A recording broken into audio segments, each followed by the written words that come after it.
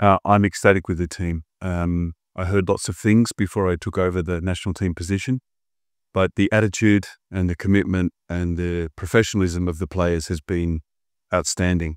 I've had no issues with nothing disciplinary, no attitude problems. The players have been fantastic, trained really hard, 100% effort, 100% commitment. We've had lots of positive team meetings in here, talking tactics, talking about how we're going to play in an upcoming 2 matches. So I'm very impressed with all the players. The selection process was extremely difficult to try to get to our final 23 players. I know a lot of experienced players missed out, but it's very clear that we have talented players in Nepal. I said that in the press conference before I began, but now after 13 days working with them, I fully believe that we have so much talent in this country. What I've done now is I've chosen the best 23 at the moment, and we'll go over to Malaysia and Singapore and put on very strong, aggressive and positive performances. And you added few more players in the ESL list that was published in India. All three have met with the. Does that mean that there are a lot of friend players that have kind of not seen in Spain? They didn't have a month. So do you think there are more players that are making the as well? Definitely, I'm sure. Part of the excitement is to get these games completed and then get out into the country, see what other talent we are not picking up at the moment. But you see a lot of raw talent that needs nurturing, it needs encouragement, it needs a solid platform, curriculum, competition, and these players will rise to the top very quickly. So I'm very positive towards the talent base we have, and there's young players there that we are very good in a 1v1 situation. Our players are very technically good. It's now building on their football intelligence, their football education. They know how to work in small groups, 2v2, 3v3, 4v4, taking it up to 11v11. So there was a lot of great players that were in the first provisional squad, that just a little bit of football education in terms of what's required in international football was a little bit lacking. And I said to all of those players, with more time, with more preparation, they all have a good chance to come back in for SAF Championship.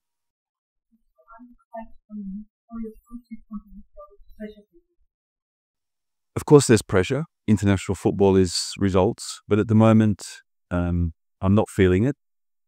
Maybe ask me again on Friday night and it will be a different story. But I'm excited. I'm excited to see what the team can do in a big stadium with a big crowd, with the pressure that brings.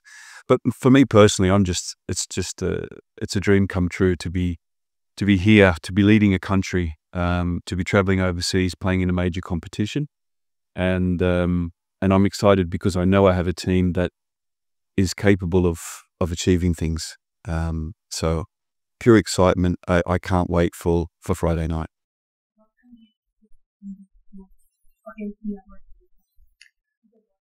Result-wise, Yeah. of course, results are difficult to predict, but in terms of performance, I'm looking for a very strong, aggressive, positive performance that we, without giving too much away, we won't sit back and wait for Singapore or Malaysia to come and break us down. We will be on the front foot.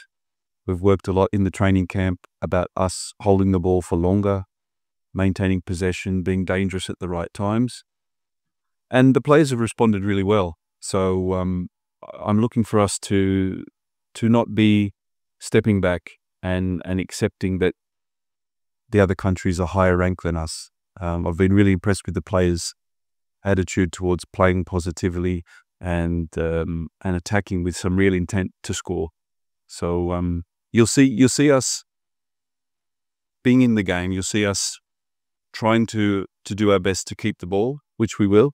And the addition of our overseas-based players, Rohit and Lakan, gives us a real quality in the midfield, along with our other top quality midfielders here. So you'll see a strong performance. The result, football can go either way. We could play great and we lose 1-0. We could play terrible and win 2-0. So performance is the first thing I'm looking for.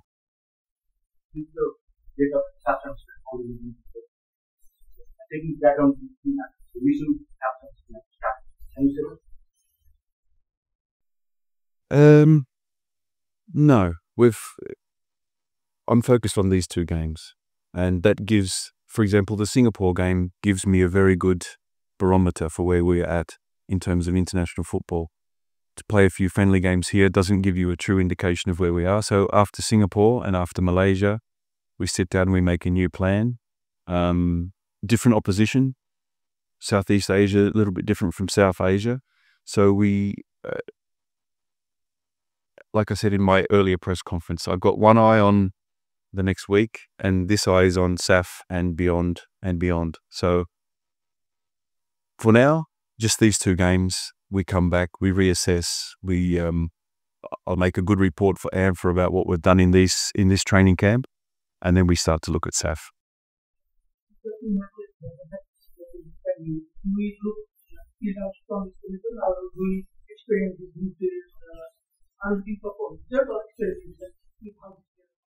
If you promise me that you won't send this out to Singapore and Malaysia, then I can give an honest answer. I'm not going to give too much away. I will play the team that I think can get a result against Singapore.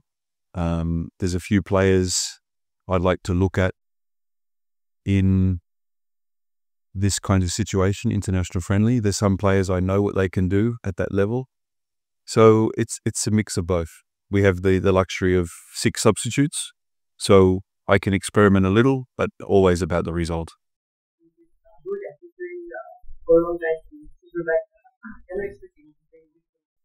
In this room? Yes.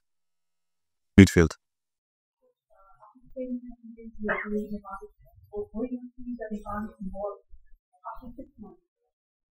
6 months, I see. Again, we can talk about 6 months on a calendar, but for me, it's about the days that I'm with the players. So 6 months and no training camps won't make any difference. But 6 months with good training, with opportunities to see the players around the country, to have a good intensive preparation with the players after the Super League, for example. Super League finishes at the end of April, I believe. If we can get a very good, solid preparation, there's a very strong possibility we can go and win SAF. And I say that with a lot of confidence. Yes. If your last question. Last question. Okay. Are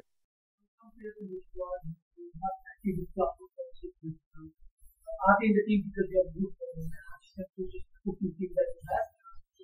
and therefore always in the camp? So some players were not actively playing in the football, but the team drafted in the championship side. So is that a feedback that is possible? That's my own feedback from watching previous internationals from last year. Like Anata Tamang, I know Kieran also been training, haven't been playing. So those kind of players are crucial to what we're trying to do. And we've had a very intensive 2 weeks here. We've done 20 sessions in 13 days. So I've put a lot of pressure on these guys, the experienced players that maybe haven't been playing enough club football. So we've really overloaded the tactical and football conditioning side of preparation.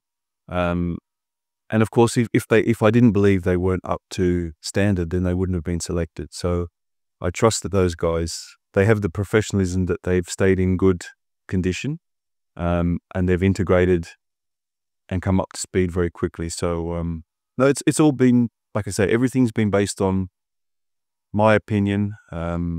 I said before, social media, I don't have it, so I don't know what's going on outside of my head and the pitch. So it's just been me and the players, and all the decisions are mine. I think it's important that as a head coach, I take full responsibility for the good, the bad, and the ugly.